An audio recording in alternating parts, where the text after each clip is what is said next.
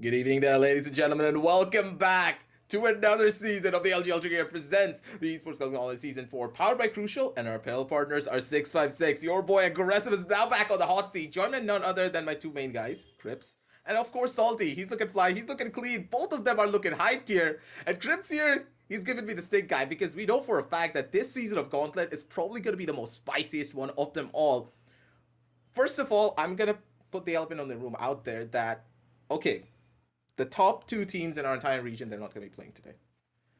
There is no global. There is no velocity.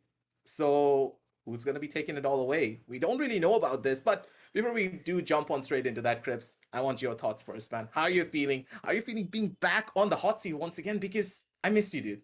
And it's been a really long time. I know, no homo, but I missed you too. I mean, the whole Christmas New Year break was a bit too much for me, and I was like, I'm just sitting over here doing nothing. What am I missing? Yeah, that's probably it. I'm probably missing Gauntlet. So, new year, new season, feels good to be back over here. And like you said, the elephants in the room, the kings are not on the throne anymore. The throne is vacant. We will have a new king this season around, and maybe those new kings will also have some trouble getting to the top because there's been so many roster changes, so many new implications, and I don't know how that's all going to add up. This That's is true. probably going to be the most spiciest and also the most unpredictable season of Gauntlet so far. Yeah, that is for sure. Because when you consider the top 16 teams that are going to be showcased on your screen right now, Salty, I gotta ask you, man. When we saw this for the first time, coming on Yep. down through, when we heard that Velocity and GE are not going to be playing, our instant reactions were that, okay, who's going to be the next big thing? But at the To be same time, when we were thinking about the next best thing, we were thinking, oh, the old roster's probably going to be there. There's EXO, there's Enigma. And then we got the news that there have been massive roster shuffles throughout the entire board. yeah. I was amazed by this. And looking at our notes, I'm pretty sure, Salty, you also know, with the massive changes to Enigma, EXO turning into Orglis 5, they retain a couple of slots, and Reckoning getting a complete roster overhaul, with Weird shifting onto their side. I It's like mean, hell, it's like all hell broke loose throughout the entirety of the Valorant scene. exactly right. Like you mentioned, the two major changes that has happened in the season. That number one, there is going to be a big void with Velocity and Global not being there. Number two, the sort of player to player synergy or the player to player coordination that we expected from months and months of Valorant action has been sort of broken apart. It's like moving into the new world. The internet is moving towards the metaverse. Meanwhile, Valorant is moving towards a completely different relationship between players, because we've seen a lot of these Masala close bus. players, a lot of the exactly right, a lot of these players who were like sort of what I would say brotherly figures you would always expect them to be playing on the same lineup are now going to be facing each other in some high octane action, playing against the best of the potential. Like when you look at that happening, I mean, I don't want to reveal all the roster changes right about now. I guess when we look at the players and the rosters and their stats individually, that is when we actually come into the details. But when we think about that, I feel like there's just so much question marks relating to what this season is going to be like. If you look at the teams, though, we have a lot of names that we saw last season. Well, you have T69 who come back as, I mean, who were there as SATUL, but now they are T69 once again. Salt Esports, Team Exploit, one of my personal favorites. We have M42 once again, whose slot has been given to them because VLT kind of backed out. There has been Reckoning, Flame On, who was a different lineup, Enigma, True Rippers, Valor. There are a lot of these well-known names, but then there are a lot of different names as well. And I'm very excited for the audience to understand what OR5 actually means, because I'm pretty sure they have no idea what that lineup actually holds for them. Or probably they do. That's Yeah. probably the biggest surprise as well.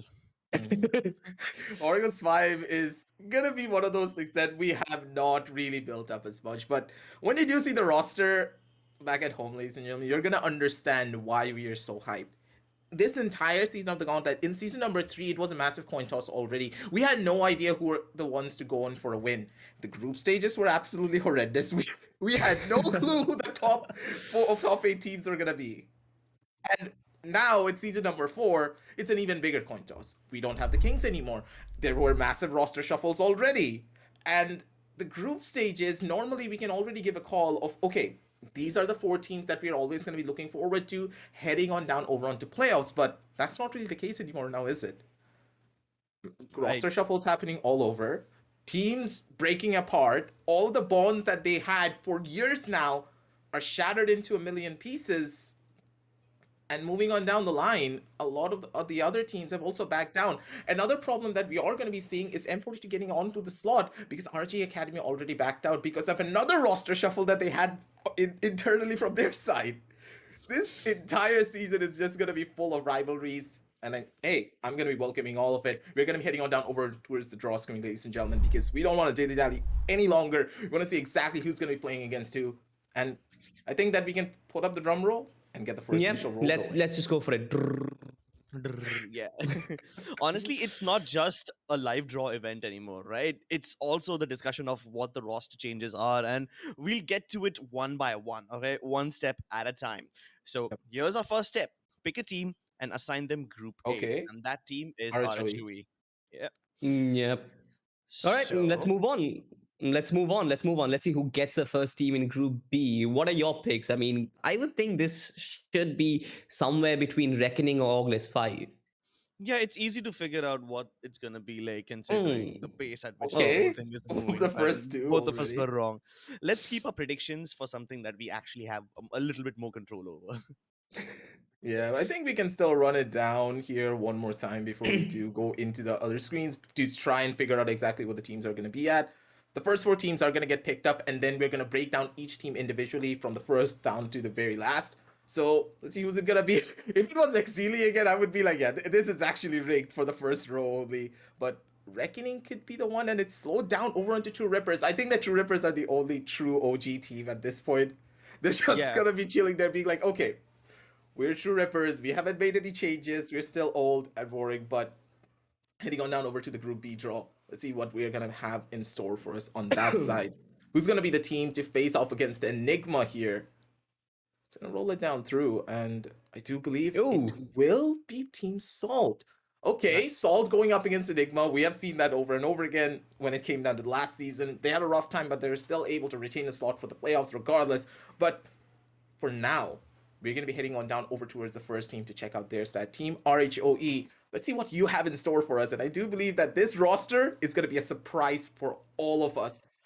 And Salty, I'm going to be giving it down over to you. Go.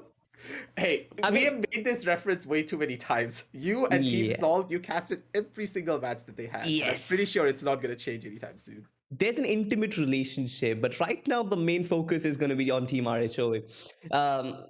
See, the biggest name that we always talked about, I mean, there has been a shift that is going to be INQ coming into this roster, right? His presence was really good. Like, he was started to be the next big thing, and he still probably is with his jet and with his aim.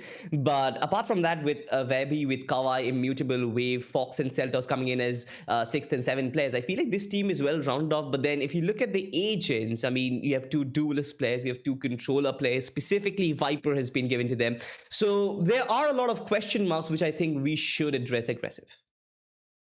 Yeah, the biggest question marks in general would be the pickup of Fox and Siletos. Now, why are we saying that Fox is a massive question mark? Fox originally was in what team? He was in SEDUL, and he was supposedly to join Team T69, but that did not happen. Yeah. And why did it not happen? We're going to be talking about that on another time entirely, because Triss was originally supposed to dom Team RHOE, but now that Triss was being taken by Team T69 instead, they pretty much grabbed the next best thing, which was Fox. So there's like a constant fight between these teams of who they want to play and who they want on their own team. And because of this, like, this creates such a rivalry. Friends that have played together for the longest time, that have bonded and created a synergy, pretty much set their identities by playing together, are no longer Exactly. on the same team. Like, I can't imagine INQ not being without Trist in most cases, because INQ and Trist have been playing for the longest time on under the banner of Reckoning. They're not there anymore. And Salty, that's the biggest thing.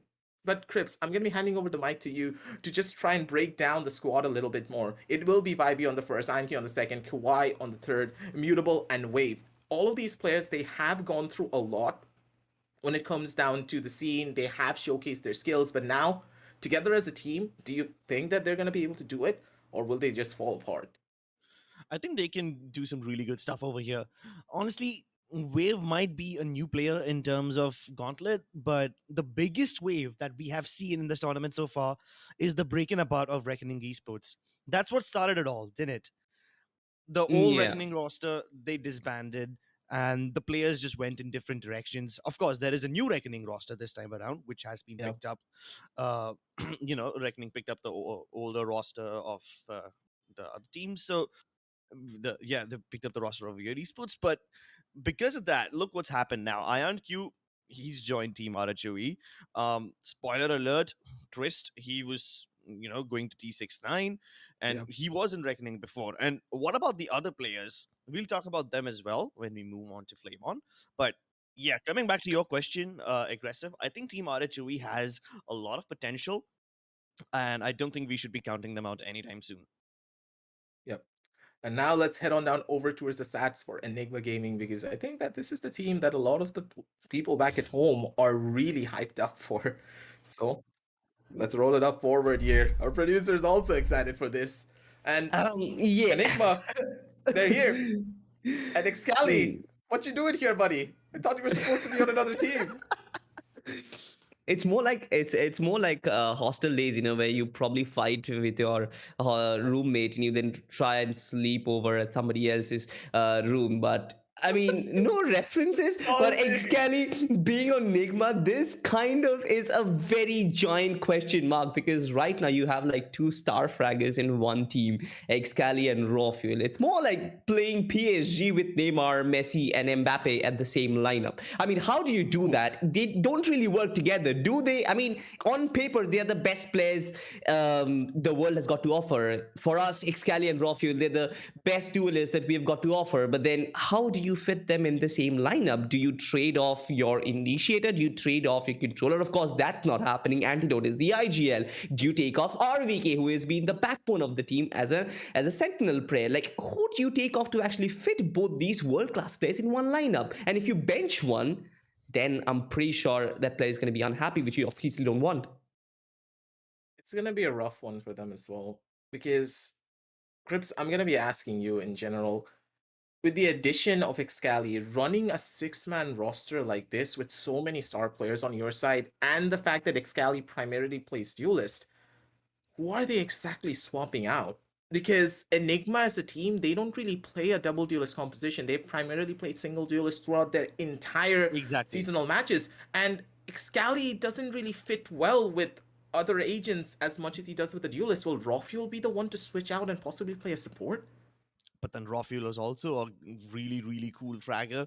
He's got probably some of the best frag highlights that we've seen throughout the last season. So pulling out Rafuel might be a bit of a stretch. But then again, Excali fits perfectly into his shoes. So what's going to happen over here?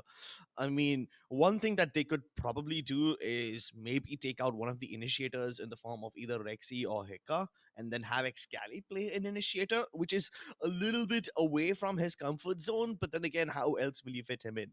I mean, we've seen six-man rosters in the past before, but six-man rosters where each and every player has become a superstar now, yeah, that's something that we haven't seen yet. And that's what Enigma brings to the table this time around.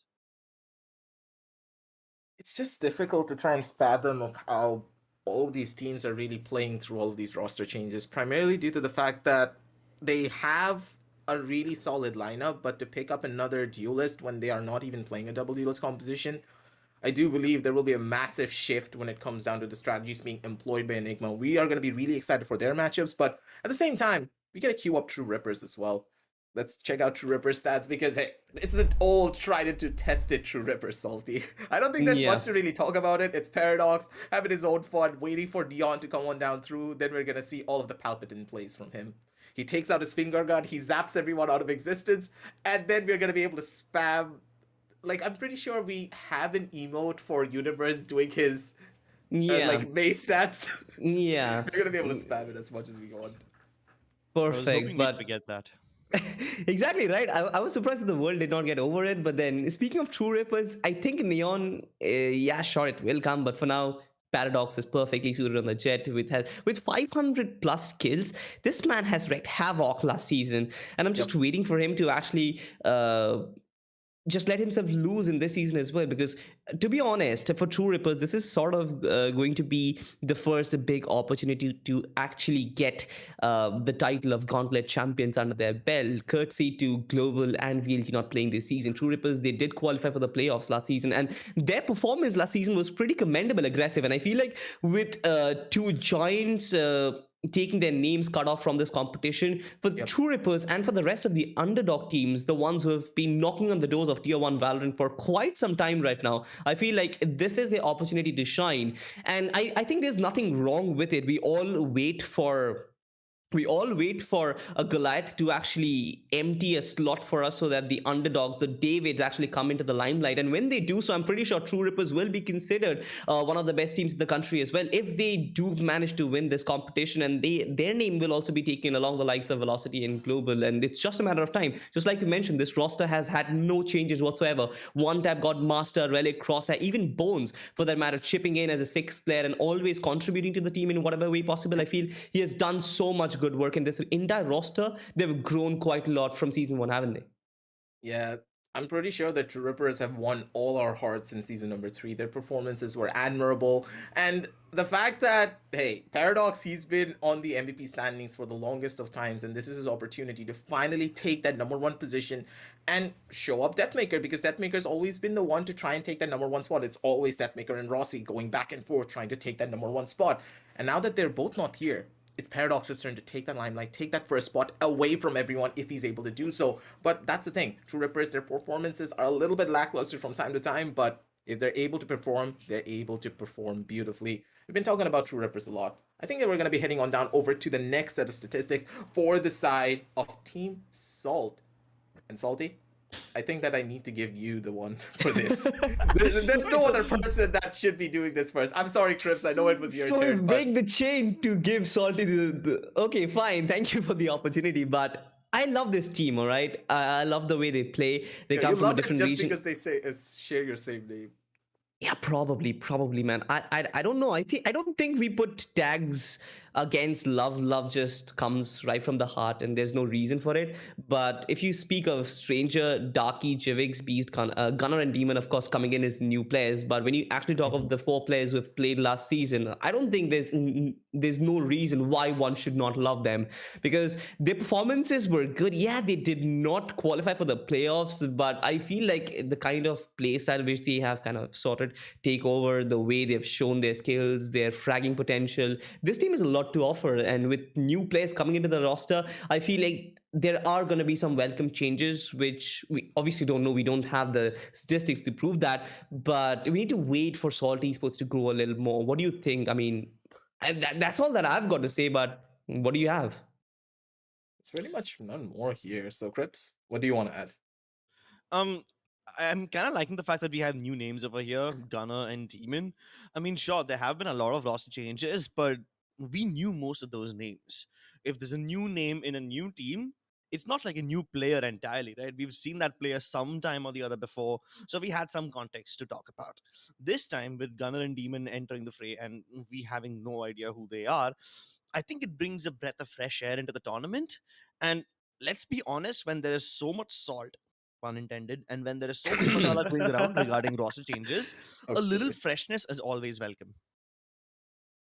Yeah, like the couple of roster changes here from the Pakistani teams are possibly going to shift it all up. But of course, you got to remember, we have 3 Pakistani teams showing up here this time around. It is Team Salt, I do believe Team Arrow, and of course Team Exploit. They're always going to be here. There are another team that are the home favorites in this situation. You got to remember. So there's going to be a good amount of rivalry between the top 3 teams of their own country. But for now, we're going to be heading back towards the draw screen to see exactly which teams are going to be joining. Sorry, we're going to be heading on down over towards the group brackets first to see how they're going to be slotted on in, who are going to be facing who, and see exactly what's going to be up from that side. And now looking at the screen, it's going to look a little bit plain. It's going to look barren. But as we go through all the listings, as we fill them all up, it's going to look a lot more better. But what we do know right off the get-go, Team RHOE versus True Rippers, I think that this match could be an interesting one right off the bat. To be honest, I feel like Enigma versus Salt is going to be much of an affair. If you remember Aggressive last season, we talked of how Group A was sort of like an opportunity for underdogs, while Group B was an absolute group of death. There were so many good teams, and this season as well, it kind of seems like a deja vu of that same incident, because we've got Enigma and Salt. I wouldn't place them at the same tier, but then it's very close, right? We need to get more teams in the brackets before we actually name one group as a group of death or the group which is more competition. But so far, so forth, I feel we've got a good draw for ourselves. Yeah, Crips, do you want to add anything on towards that statement? Because currently, like I told you my thoughts, because for now, these teams feel quite balanced when it comes down to their spectrum of skill.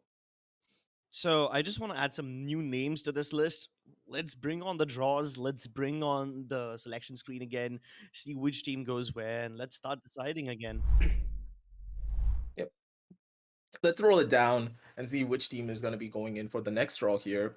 Let's start it off the roll, but that's the thing. Like, when you consider both of these squads going up against one another, the first team that goes on to Group A could just be a little bit happy and okay. Oh, It's gonna be the new Reckoning roster. Not I'm really the back. new Reckoning roster, but you guys are gonna see when we go into that one. But first of all, we're gonna be going in for the role one more time. I'm really excited to talk about Reckoning, but they need to Yeah. wait. They need to take a back seat for now. But moving on down the line, who's gonna be joining Group B to face off against Enigma and Salt here? Only friends? Orgless 5? Yeah, Ooh. as two spicy Ooh. pickups right off the get-go. I like Okay, it. okay. I like it. There's a Guys, reason why the Crips and storyline. Salty. Yeah, there's a reason why Crips and Salty are absolutely losing their minds, but no spoilers whatsoever. Let's roll it down. This is not scripted whatsoever. This is absolutely random, but the storylines are being set. Pushing it down. I do believe it will be Team T69. Actually, no, it's gonna be Team Valor. Trying to test its squad, but they also had a roster shuffle and a pretty sad roster shuffle as well. When I Yeah. did hear the news, I was extremely heartbroken for it. But one more time, let's roll it down through and see who's going to be joining on towards Team B. Honestly, I kind of feel like Tom Holland right now, just struggling to contain all the spoilers within me. The Yeah, moment I right? saw Reckoning My Esports God, and dude. looks like we have a team. Do we?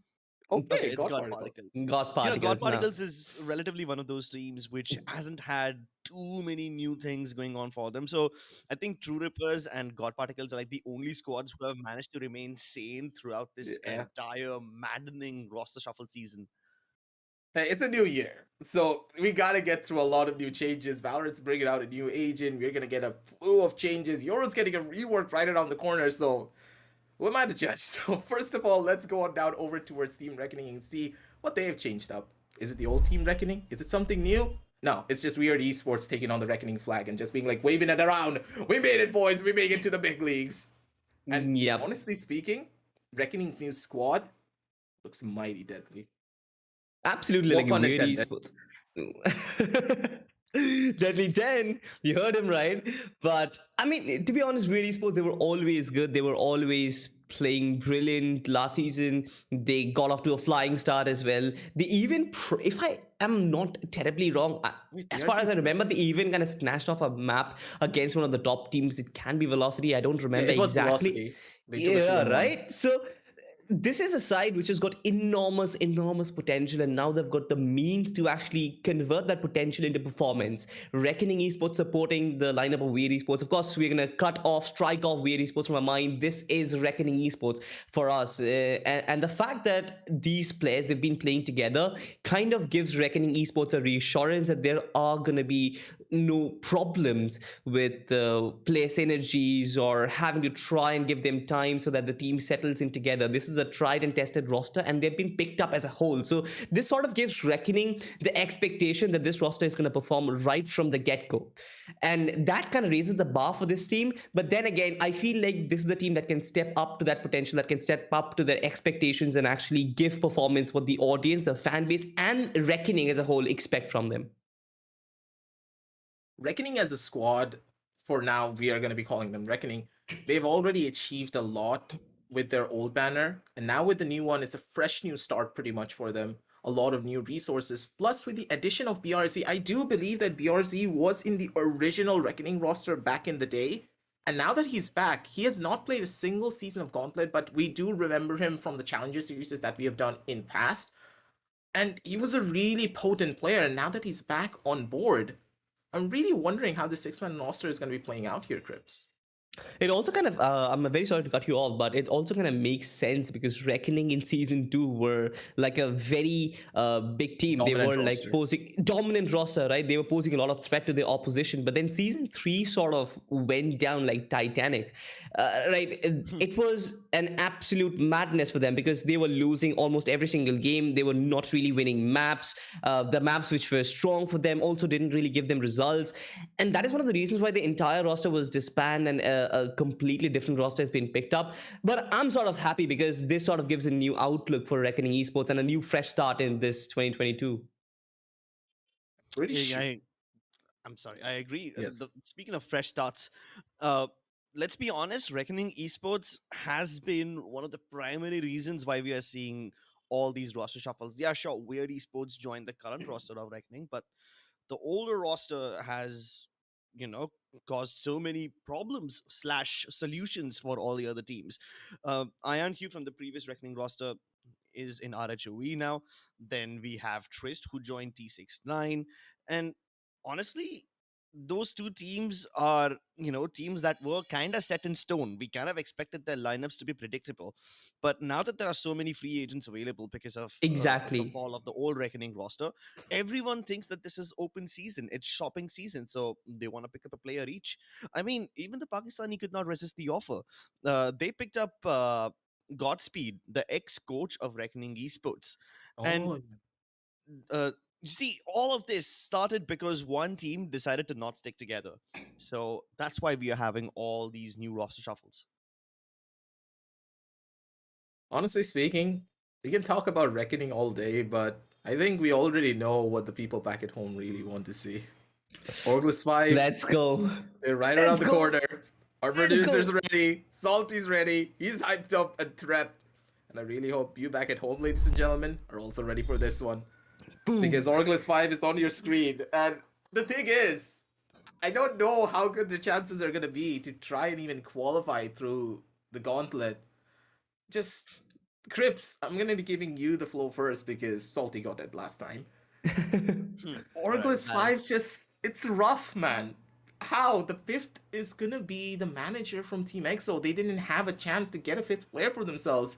The fallout that happened between Sai and Excali just took the team down a couple of pegs. And there I was blaming the ex Reckoning roster for causing all these roster shuffles. This has probably been the most interesting roster shuffle of them all. Not only are they not playing under the banner of Team EXO anymore, but they are without an org and they are without a star duelist. Sure, they still retain 4 of their players, which is amazing. But then let's be honest, the duo of Sai and Excali was probably why this team was really famous, and they were the ones who were, you know, putting up all the highlight clips.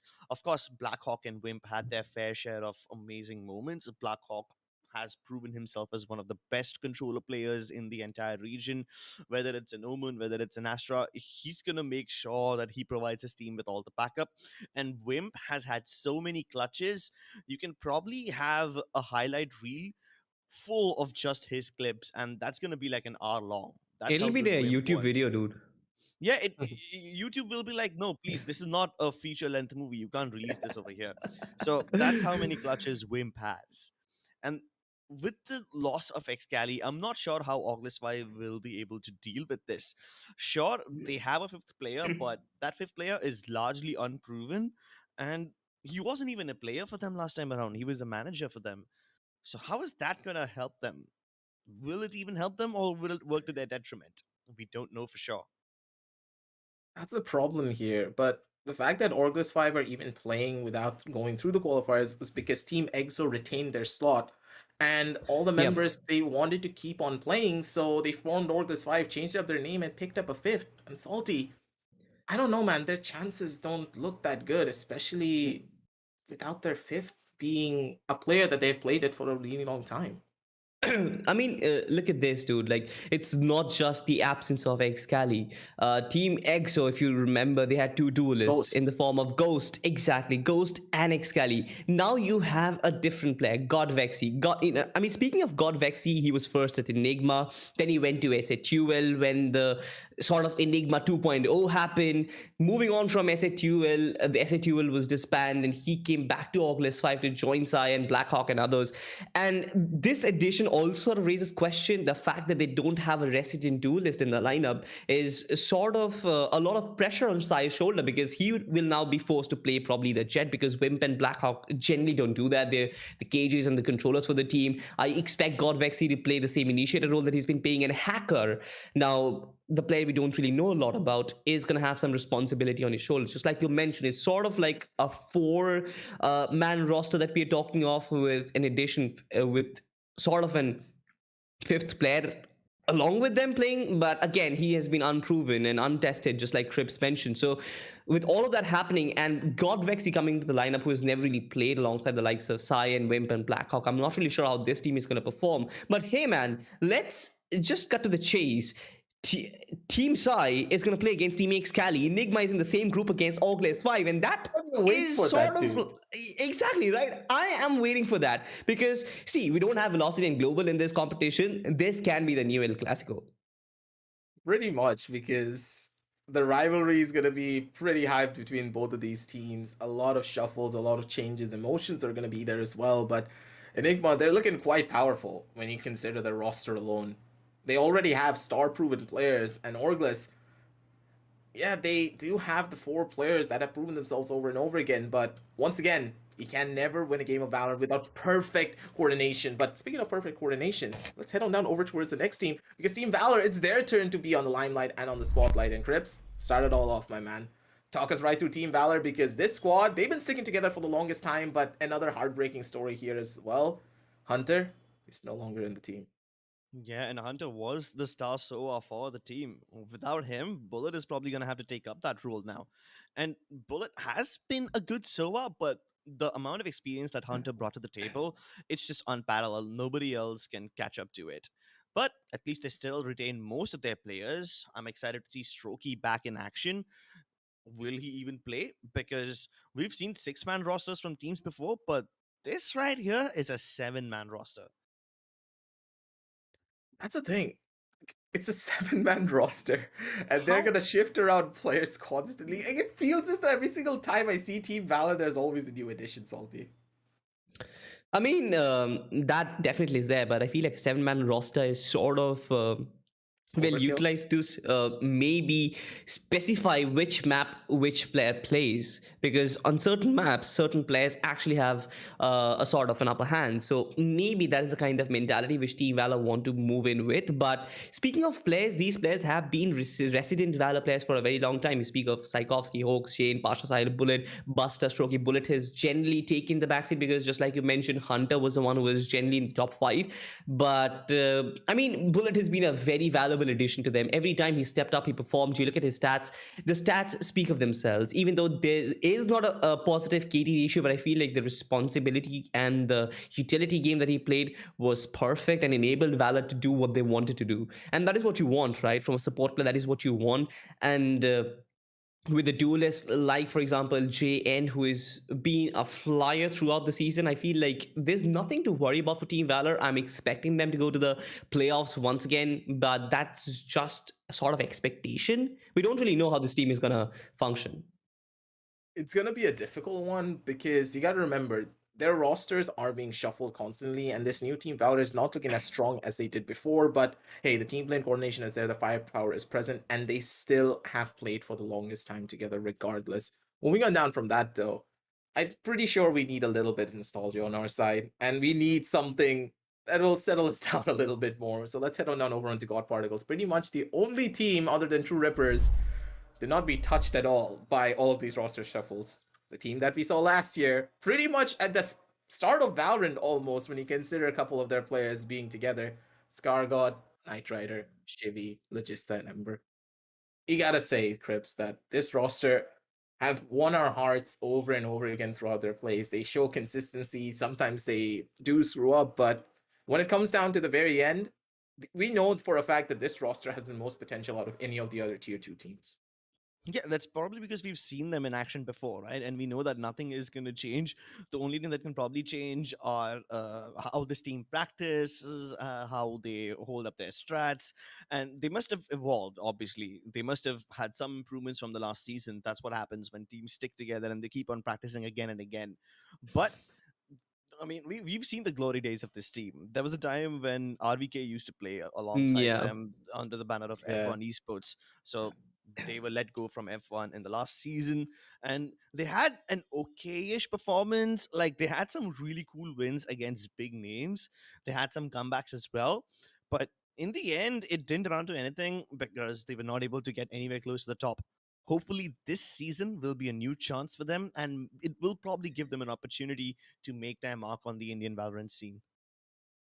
Yeah, I've been really hoping that God Particles, as they have pretty much the old predominant roster that they had previously, that the new year is going to bring a lot more luck for them.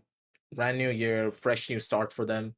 Pretty much they can just throw away their past performances and just completely take a different light, because Valorant has been evolving. New strategies are going to be coming on down through. Double dealers has not been on the rise as much, but still they could play it out if they really do want to. And Salty, do you have any more closing thoughts for God Particles before we jump in towards the group stages? Nothing really special, man. Just like Rip said, I really miss the lineup which where RVK played alongside, and Force One was really a big threat. But for God Particles, they've been sort of like okay throughout the last season, and I'm just expecting better from them because like they've played for some time, they'd only improve from this point on.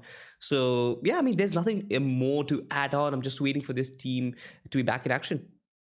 Yeah, God Particles. Not really much to say about this squad, primarily because, hey, no new masala for them. So they're just going to be the team that we always will know for a fact be on screen, showcase to us exactly how Valorant is meant to be played. But heading on down over towards the group screen, now, Salty, you can talk about the storyline. This is the screen that I was waiting for.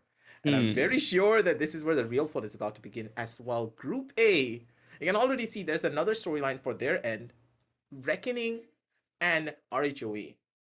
I'm pretty sure that INQ is going to have some beef there. Yeah, for sure. But then I feel like if you're talking about beefs, then Enigma versus Orcless 5 is going to be something. Yep. Now, I understand that a lot of people will be on Psy's side, a lot of people will be ex-Cali fans. I don't really want to put them against each other on the mic, but I feel like there is going to be a sort of a cold war. Even if it sort of was like on good terms, there will always be the tension in the air.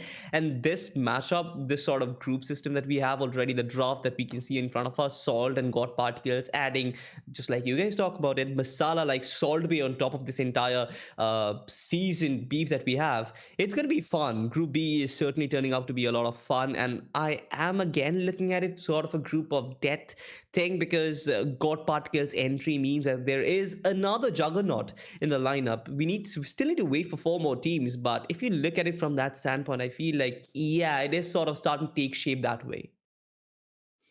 Hey, man, I don't know much about the group of death, but I think it's more appropriate to call Group B the group of sweat, because Jesus, the Oh amount of my heat in this god. group, the amount of heated up storylines in Group B are ridiculous. Enigma, yeah, sure, they have Excali now, but Augless Fire, they still have Sai, and they have the old God Vexi now. So, what's gonna happen to these guys? These guys are probably gonna go up against each other, and maybe the first time they face each other will be a little bit of an awkward interaction for both the teams. But then, as they keep on facing each other again and again, not just throughout the group stage, but maybe assuming they all make it through to the playoffs and then the next stages. So, I'm just excited to see these teams go up against again and again. Let's go back to the draws because I want to fill up the remaining sections of these two groups.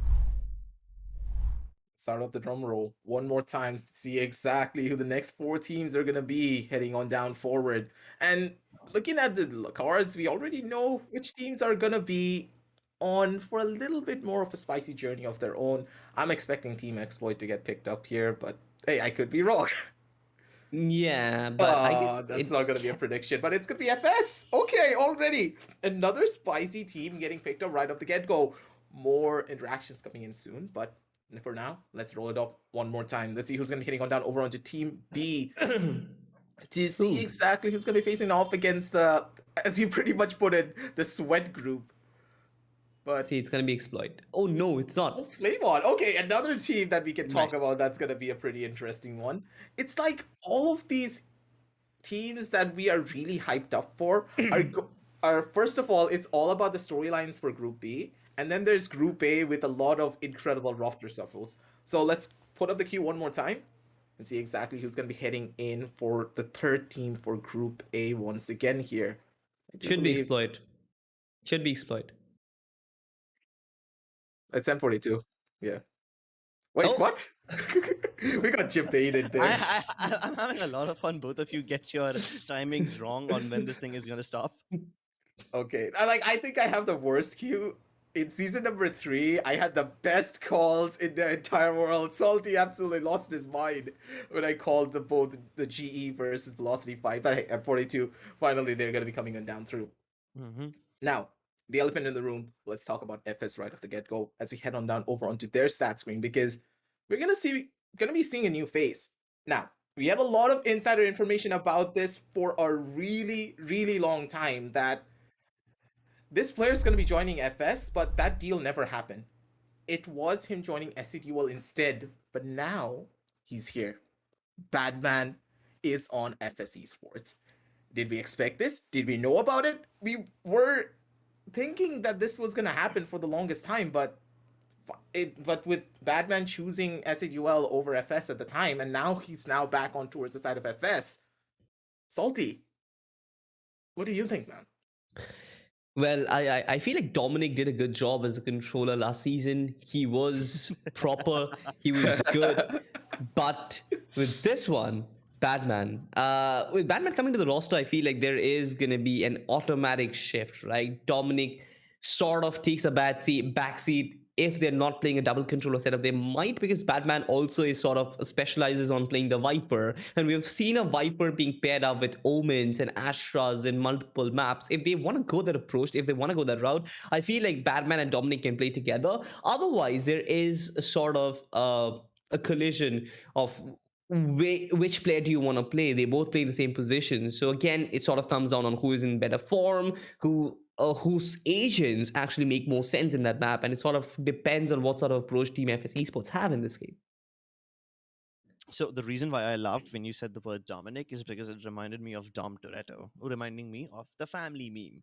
Now, God there are a damn couple it. of family members over here, all right? B2, Kohli, Cortez, Cactus, all of these guys, they've stuck together for a long time. So they are like a nice, big, happy family.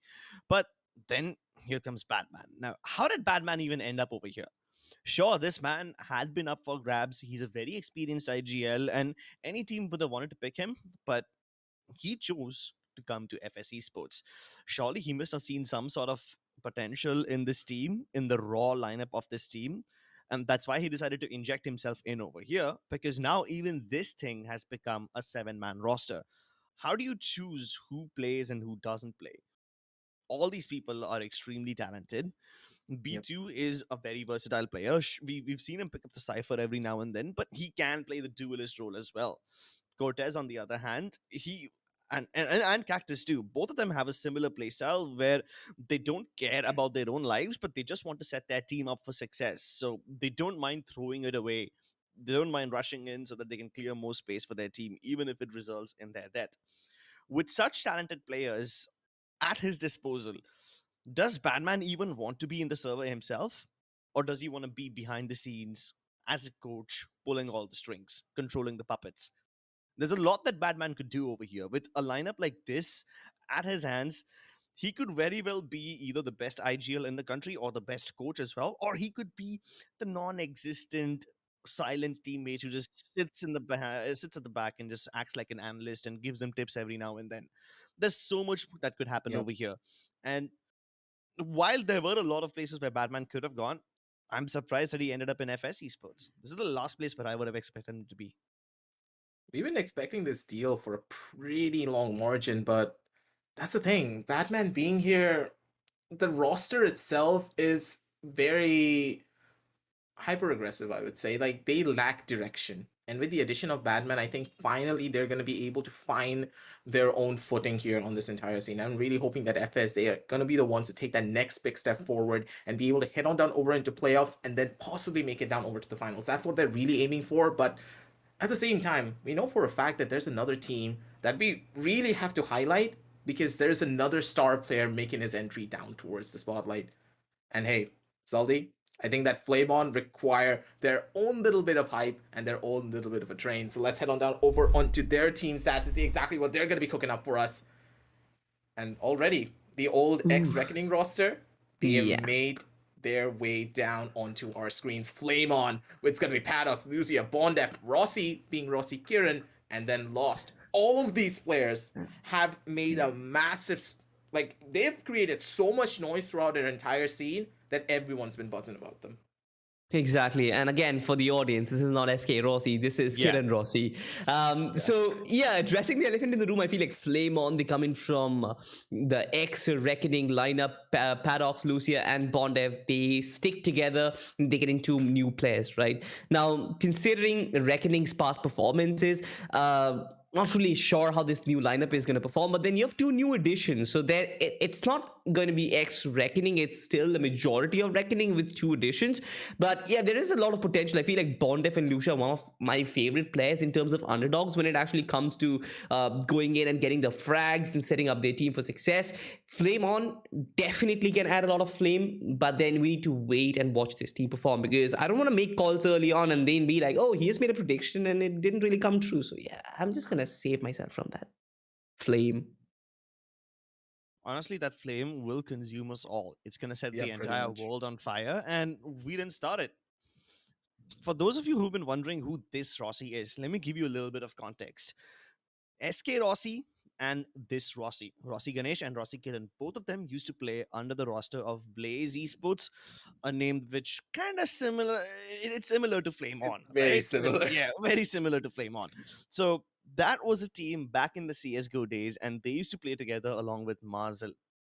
And back when both SK Rossi and Rossi were in the same team, to avoid confusion, SK Rossi named himself to Super Kid. That's what the SK in his name stands for. And while we won't be having SK Rossi in this season because Global Esports isn't playing, there is at least some Rossi. And I hope that you appreciate this Rossi also as much as you appreciate SK Rossi, and both of them get all the love that they deserve because I'm very excited to see Rossi Kiran in Valorant. I've been seeing him since the CSGO days, and this guy is extremely talented, but he hadn't made the jump to Valorant just yet. Now that he's done it, I'm really excited to see what he's got in store for us. Hey, this could be another superstar, and if he's able to play like SK Rossi, I'm pretty sure that this entire scene is gonna get trampled on entirely. If he has the same level of potential and if he has the same level of potency, we know for a fact that the Gauntlet is just gonna get even more spicier. And speaking of things that are gonna be a little bit spicy, Only Friends, they're not back on. Let's head on down over onto their team stats and see exactly what they have cooking up for us. And in general, this team, they haven't really changed much. It's still a ragtag group of friends that initially was Team Villainous, now they're only friends. And I don't know, man. I just love this roster because of their personalities. Like, come on, Salty. Who doesn't love the Daddy Raid stream? Pretty much, I will always remember it back in the TC Invitationals. Gorong was on cam. His dad walks straight into his screen and just stands there for a solid 10 seconds before he just shuts his cam down. Dude, I mean, see, only friends, nothing really to mention about them, right? Everybody loves this team. Everybody loves the aggressive, the raw firepower that they bring on the table. This team, yeah, for sure, they can take a lot. They can surprise a lot of big teams. But when it comes to actually their chances of qualifying, I'm not really sure if that attacking approach can actually win you tournaments. It can win you games, but can it win you tournaments? Because I have so many sports slash football references in my approach to esports. One famous coach said that defense can actually win you tournaments. It might not win you games, but it can win you tournaments. So I have the similar sort of approach towards this team as well. They are a very aggressive lineup. Kev, SP5, HVS, Cruiser God Gorang, all of these players, they know how to frag, they know how to get kills, and their aim duels are absolute crazy. But when it actually comes to closing down close quarter matches, something which is going very neck and neck in the final third of the game, there is certain times when they just lose the gas and they're not themselves, and suddenly they lose the map and the match as well. And in this sense, Only Friends, they, as a roster, they have two new additions as well. There's been so many seven-man rosters that I'm confused of who's going to be playing I here. know, right? Like Quake and Hirsch, do you know these players personally, Chris? Because I do I have not. no idea who they are exactly. The only person who I know, like on like a more than a player level, is Cruiser God. That's the only person that I've interacted Yeah. with. Although I must say, the name Quake does sound really cool. I mean, there's been this massive debate, right? Who can be a better Valorant player, an ex CS:GO pro or an ex Overwatch pro?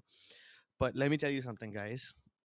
The Quake players are always the best. The Quake players are the OGs of the entirety of the esports scene. And if this player named Quake, if he can be the aim god that only friends need, then yeah, sure, man. I think this team will really do some amazing stuff in this season. But let's move on to the next team. There's been too many seven-man rosters. I want to see a decent 5 to 6 man roster team.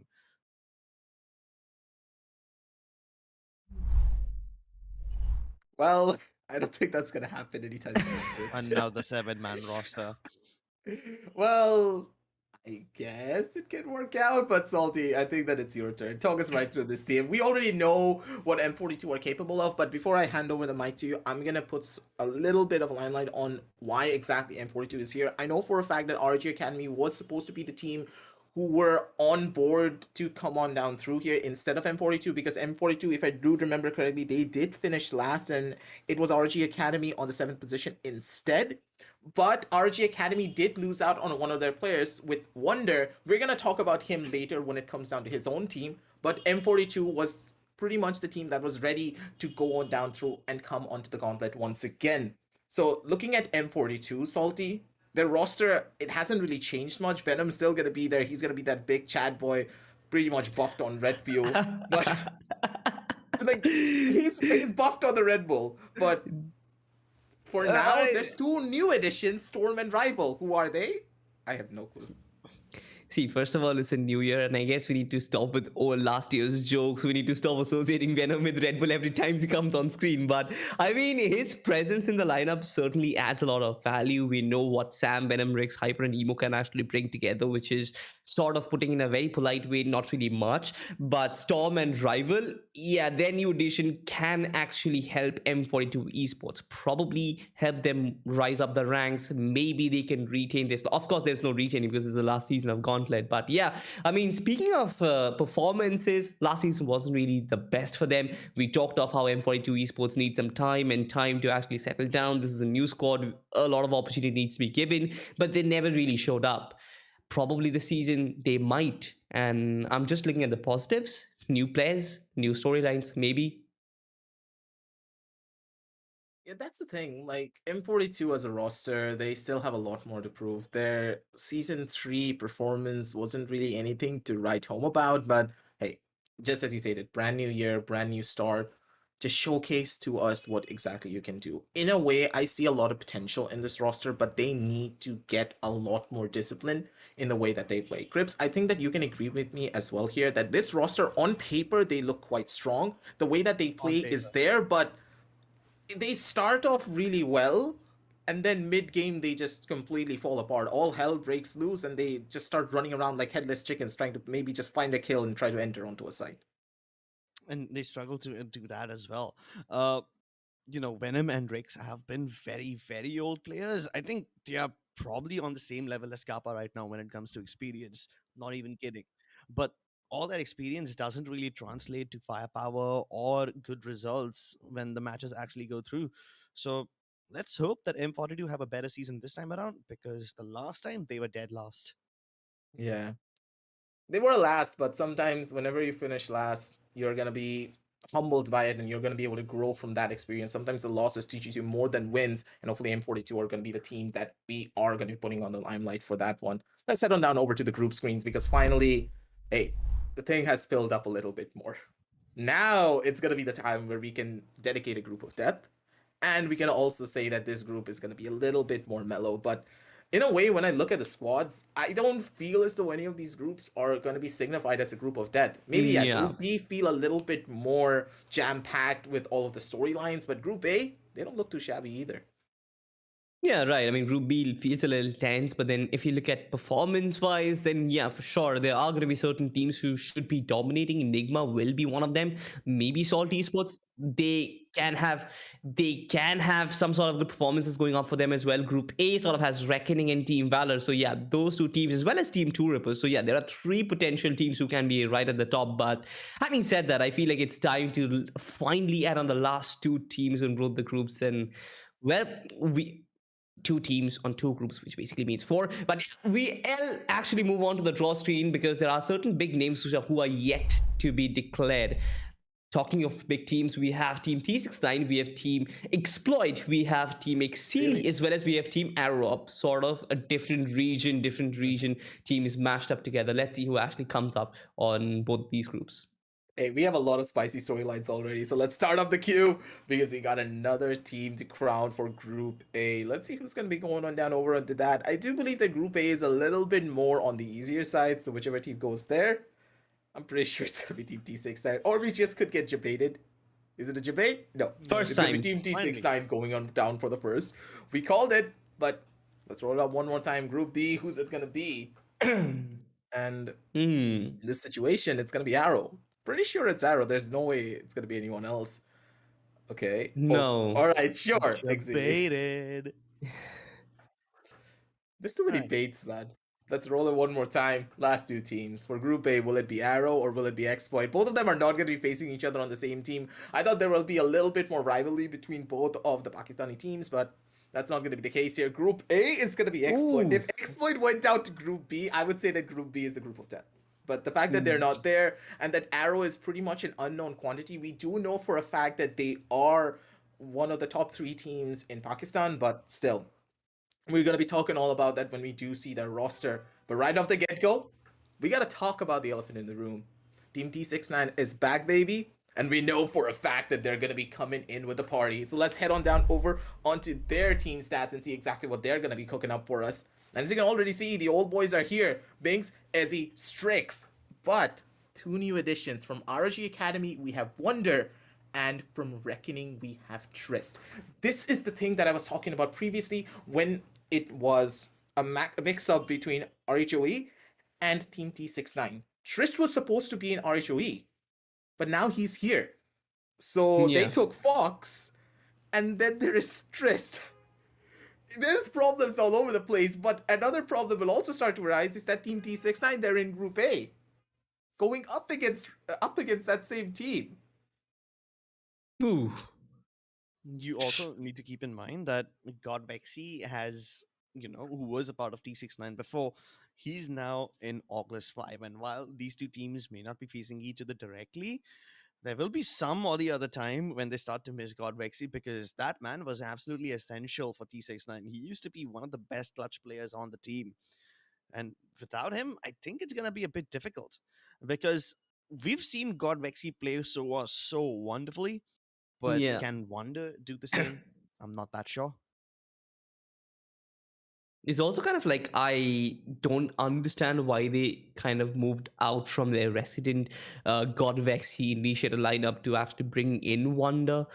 because God Vexy was performing, he was giving them kills, maybe some internal fallout, which I'm not aware of, maybe. But Wonders Edition, I hope, gives them some happy results. But God Vexy could have been a much better choice, because then that would have been a much better, well-rounded unit. Because Team T6, and if you look at them, they've had performances, sketchy performances so far. They get victories, but then they also kind of nullify that with a loss as well.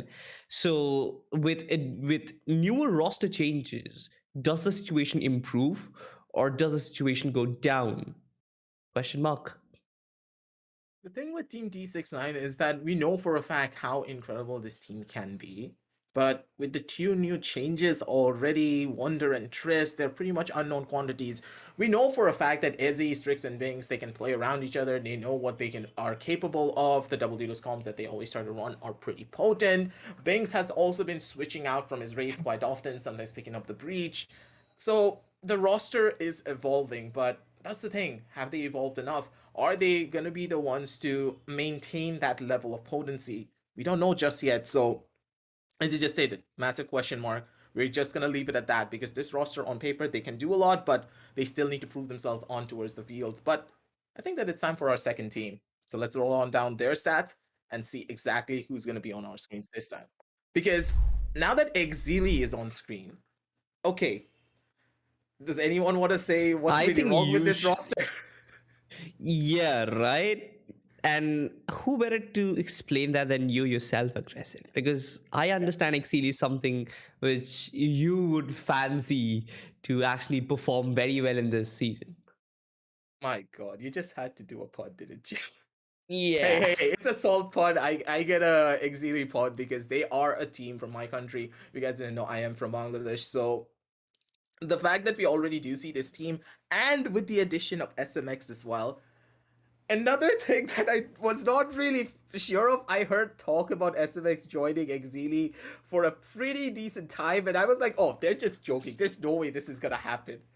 And then I got the confirmation, and I'm like, oh god, SMX is an Exili, and Duke is no longer present here. There was some form of an internal fallout that I was not really aware of at the time, but Duke has left out Exili. Now, they had another slot, and it was SMX joining them here instead. Now, as a roster, we have seen Exili perform in various different tournaments, and they have the potential to take out a lot of these top caliber teams from other regions, but they've been struggling due to the fact of inconsistencies. They haven't really showcased to us exactly how good their skills can be just yet, because we know Sami to be a star player.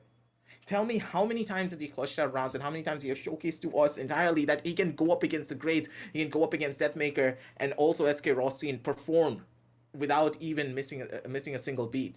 Now that he's on Exili, he's trying to do the same. As you can see from his stats, 172, 127 deaths. He's been on the rise, but at the same time, the entirety of Exili as a whole, they're trying to build up their roster, and hopefully SMX, he will be that last missing piece that they need to just push them over the edge. Don't you think so here, Crips? I think so too. I think the joining of SMX and this team is gonna add stars to this team. To be honest, SMX is a very versatile player. We saw him pick up the Sova every now and then, but we know for a fact that his playstyle is not exactly like a Sova player. He's not your typical initiator. He's also the guy who stays behind and kind of acts like a pseudo sentinel. He has the game sense to carry on with his regular duties of providing information as well as preventing backstabs. But sometimes the raw aim on SMX can really just throw everyone else for a toss. We've seen this guy go duel against SK Rossi, and then even Sammy does the same, having as much firepower as some of the bigger names out there. So I think the addition of SMX is going to add a lot of firepower to this team, and they already had a lot of firepower to begin with. So, Exili, I'm expecting a lot better things from them this time around. I hope that they have a great year. Honestly speaking, this roster on paper, they know what they can do, but I don't know how SMX is going to fit in. Considering communication problems, will it be there? How the roster are going to be playing with this addition for them? And I'm very sure that none of the players here, other than Sami, have even played with SMX. So there's gonna be a massive issue in how they're gonna move it down forward, but I'm really hoping that they're gonna be able to push through those problems because we know for a fact that SMX is a tried and tested initiator player. He's always gonna be playing that. But moving on down from Exili, they're also a mystery. And I feel as though we're getting all of the mysteries being given out. Constantly we're on switch ups, there's massive roster changes. I do believe we need a It's little the bit new of a switch normal, up. aggressive. It's the new normal. But let's go in for something that is the old normal, being Team Exploit. Let's head on down over into their stats and see what they have in store for us. I do believe that Exploit didn't have any massive changes, so it's fine. Thank God. Yeah. It's old Exploit. So Salty, take it away. It's your turn. I love Team Exploit, man. I absolutely love them. The amount of firepower that they have is probably Shooter. unmatched. Shooter, right? This man is the one who single-handedly goes against the opposition, stands in front of them, goes eye to eye, and tells them, "I'm gonna beat you." The rest of the four players, they're like the iron guards. They stand in front of the fort, not letting anybody breach that fort and breach its security. Team Exploit, they've been a massive, massive threat. They went so far in last season's Gauntlet. I don't really remember who they were beaten by, but I pretty much remember them beating a lot of high caliber teams and them sort of dominating the group of death in which they were in. Shooter, HSB, Soulmate King, Shaka, the resident 5 players. We have Kaushi as well, who as a 6 player, who we don't really have a lot of data on. But I'm pretty sure the 5 players who generally play are going to be in the playing 5, and we know how they play, right? There's nothing which I want to add on. I feel like this team should be one of the favorites for this one. Honestly speaking, Shaka is like such a dangerous player. I'll have to say, man, Shaka and his aim when it comes down to those sheriff tabs just sings a beautiful song. And Cribs, I think that you're going to be able to get a little bit more insight as well for Team Exploit here in particular, as this team has impressed you the most out of a lot more. What impresses me the most about Team Exploit is that sometimes they can be predictable, which is a bad thing. But even after being predictable, there's nothing that the other team can do to counter them. Let's take, for example, Icebox. How many times have we seen Exploit getting Oh, read like an open dude. book? N number of times. There Yep. will be so many instances where their opponents are ready with a 5-man stack on the A site. But Team Exploit, what do? They still hit that site, they get it, they get the plant, and they win the round. I mean, So even if I you know remember what so they're gonna many do, times you shoot Crip, sorry to cut you off, but I remember so many times Shooter just updrafting his way into bells and like one tapping everybody. Like you said that, and the only thing which reminded me was this, right? He did the same thing for 10 rounds continuously, but he was still unbeaten. exactly. Yeah, that's just shooter And things, man. no, not just Shooter, everyone on the side of Team Exploit. I mean, they don't have a very deep strat book. It doesn't have a lot of pages, but it is incredibly difficult to beat. I'm gonna be honest, if they can keep adding more pages to their strat book, then I think Team Exploit can become a very real threat in the entirety of South Asia. In fact, they might even be the one team that probably represents this region internationally on the biggest scale if they're able to achieve that win condition to add more pages to their strat book. It's going to be an interesting one for sure in general because Team Exploit, they're constantly evolving, they're changing up their strategies, they're trying to bring in something a little bit more different. And the fact that they're able to perform to this level just goes to show how incredible this team can be. But speaking of incredible teams, another unknown quantity has already made their way in towards the tournament. This is the third best team in the entirety of Pakistan when it comes down to the rankings, and it will be none other than Team Arrow. So let's head on down over into their team statistics, see exactly what they have in store for us, because in a way we have no idea what this team can do. But from their raw stats that we can see on screen here, Salty, I do believe that 8 said he's been performing. Yeah, dude, and this is just like qualifier stats, and you've got I players love who the name hit. protagonist. Yeah, right. You have protagonists. You have Shane. You have Edzia. You have Gothchild. Yes, Damn, that's a good Rothschild. name. That's a good name. You have MSK as well. So like these players hitting 150 plus kills in qualifiers, that's amazing. I feel like they have a lot of potential, but then I don't really know a lot of them. It's sort of like a clean slate for me. When they perform in the gauntlet, maybe I'll develop better opinions. But for now, just hope for the best. Yeah, there's not really much to say for this squad for now, other than the fact that they have been a pretty dominant team throughout their entire qualifiers. And I think that Grips, you also don't have much to add. So Nah, not really. yeah, so we don't really know much about this team. We're gonna dub them as the unknown quantity. We're just gonna wait for them to perform moving on down the line. But I do believe that the group screen's already ready. So let's head on down over onto that to see finally how all the teams have settled in. Now, Crips, I'm gonna giving you the mic, and I want you to dub the group of death here. Do you believe there is a group of death? Because in my eyes, Not really. personally, I believe both sides are quite the same.